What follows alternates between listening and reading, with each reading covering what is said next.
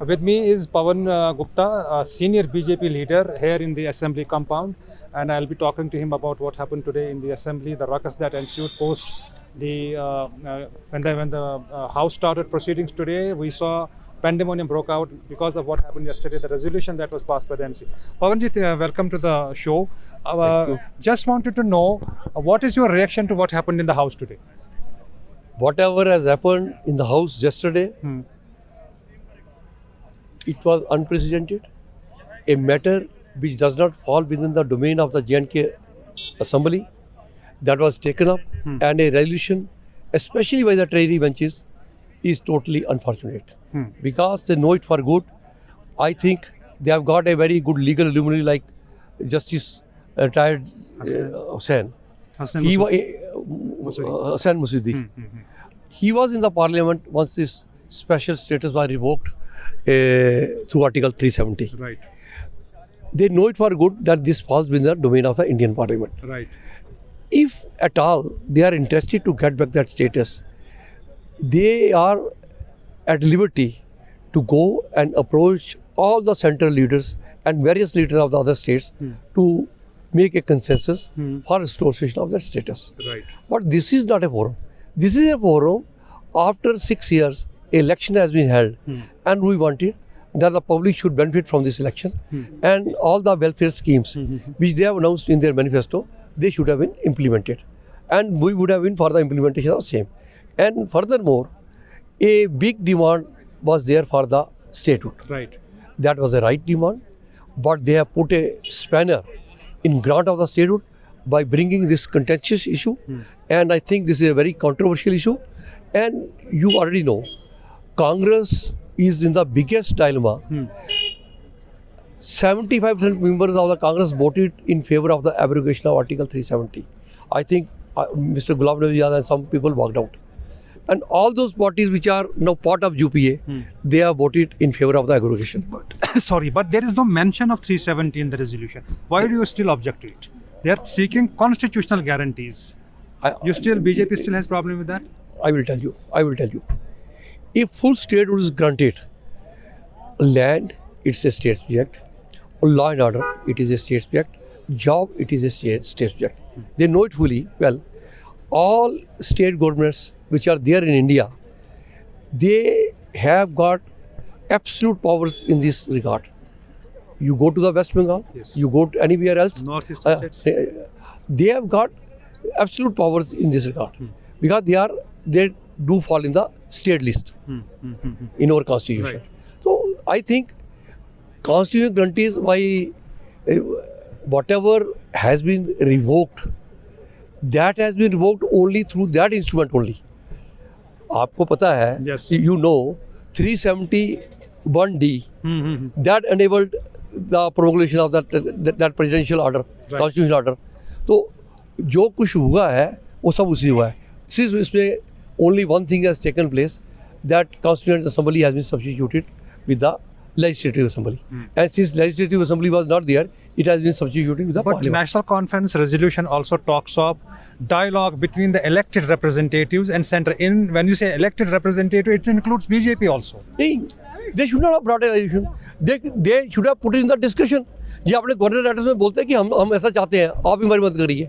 But एक resolution को लाना जो इनके डोमेन में नहीं है, तो हम चाहते हैं कि ये ऐसी चीज़ें ना लाएं. हम चाहते हैं they should not digress from those issues because public welfare is most important.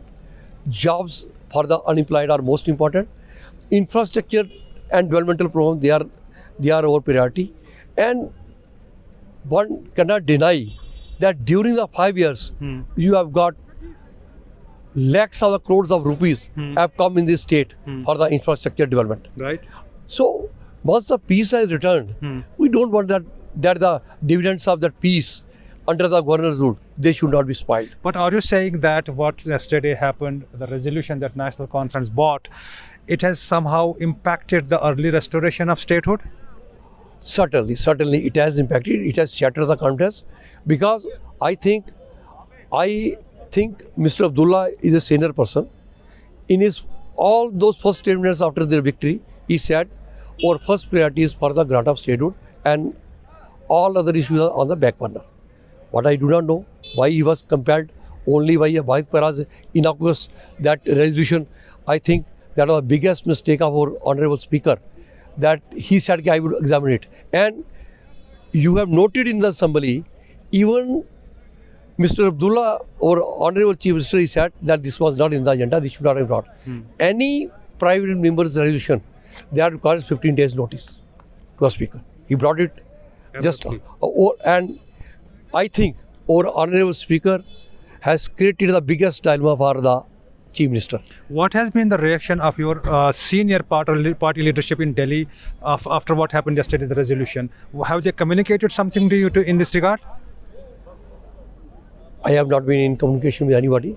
I cannot say anything. That LOP must be knowing, our leader of your opposition, he must be knowing. But I am certain that it is very, very unfortunate on the part of the ruling party treasury benches.